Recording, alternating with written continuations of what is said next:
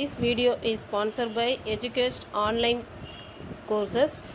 இப்பொழுது தமிழில் அனைவரும் பயின்று பயன்பெறுங்கள்.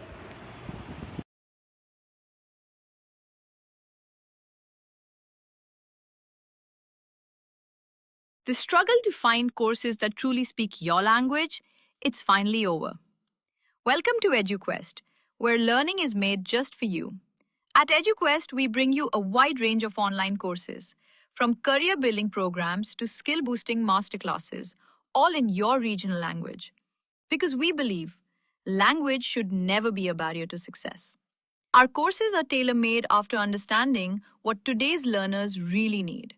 So why wait? Start learning the smarter, simpler way only with EduQuest. Visit eduquest.courses and explore your next course today.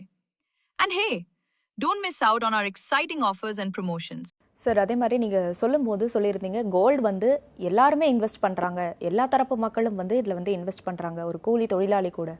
அப்படி இருக்கும்போது இந்த கிரிப்டோ கரன்சின்றது ஏழை மக்களால் யோசித்து பார்க்க முடியுமா?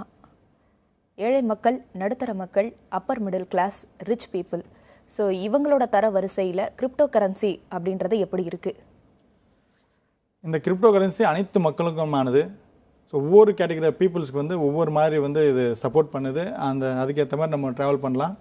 எக்ஸாம்பிள் வந்து ஒரு ஏழை வந்து கண்டிப்பாக அவங்களோட தினந்தோறும் வர இன்கமில் ஒரு 20% வந்து கிரிப்டோவாக மாற்றி வைக்கலாம். ஒரு மிடில் கிளாஸ் அவர் வந்து பார்த்திங்கன்னா அவங்களோட சேலரியில் ஒரு சர்டன் பர்சன்டேஜ் வந்து கிரிப்டோவாக மாற்றி வச்சா ஃப்யூச்சர் வந்து பெரிய சேவிங்காக மாறும். பெரிய பணக்காரர்கள் அவங்களுக்கு ஒரு சேலஞ்ச் என்னென்னா, கிரிப்டோ ஏன் அவங்க அடாப்ட் பண்ணணும்னு பார்த்தீங்கன்னா, அவங்களோட மொத்த அசட் வேல்யூவில் ஒரு 10% கிரிப்டோவை வச்சா மட்டும்தான் ஒரு 10 இயர்ஸ் 20 இயர்ஸ் கழிச்சு அவங்க அன்னைக்கு இருக்கிற ஃபினான்ஷியல் ஸ்டேட்டஸில் அதை பயன்படுத்த மேட்ச் பண்ண முடியும். இல்லைனா இன்னைக்கு கிரிப்டோவில் இருக்கிறவங்க அசுர வளர்ச்சி அடைஞ்சிருப்பாங்க, இன்னைக்கு பெரிய பணக்காரராக இருந்தாலும் ரிச் பீப்புளாக இருந்தாலும் அன்னைக்கு மார்க்கெட்டில் வந்து அவங்க பின்தங்கி நிலையில் இருப்பாங்க. ஸோ அந்த ஒரு ஸ்டேட்டஸ் மெயின்டைன் பண்ணுறதுக்காகவாவது அவங்க அசட்டை வாங்குகிற கம்பல்சரி அவங்களுக்கு இருக்குது. ஸோ இந்த மாதிரி தான் கிரிப்டோ வந்து ஒவ்வொரு சார மக்களுக்கும் ஒவ்வொரு விதமாக இது பயன்படுது. ஸோ இதில் இன்னும் நிறைய விஷயங்கள் இருக்குது, நுணுக்கமான விஷயங்கள் எல்லாம் இருக்குது. ஸோ அது அடுத்த எபிசோடில் நம்ம பார்க்கலாம்.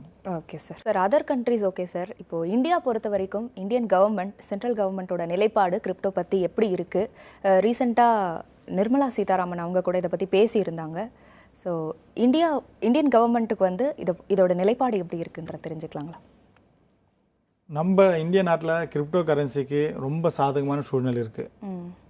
ஸோ லேட்டஸ்ட்டாக கூட நம்ம ஃபினான்ஸ் மினிஸ்டர் அனௌன்ஸ்மெண்ட் கொடுத்துருக்காங்க, கிரிப்டோவில் யார் வேணாலும் இன்வெஸ்ட் பண்ணுங்கள், ஒரு அசட்டாக.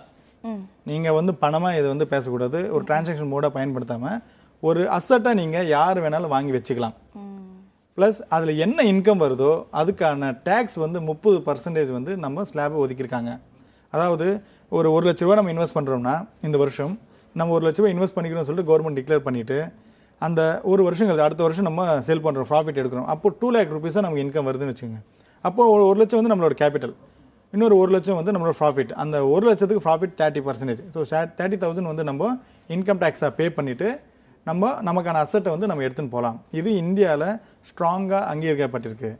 இது மட்டும் இல்லை, இந்த கிரிப்டோ கரன்சியை பேஸ் பண்ணி இந்தியாவே நம்மளோட எக்கனாமிக் பொருளாதாரத்தை வந்து மாற்றுறதுக்கு பிளான் பண்ணியிருக்காங்க. It is called central bank digital currency. அதாவது கிரிப்டோன்றது ஒரு டிமாண்டபிள், இதுக்கு வந்து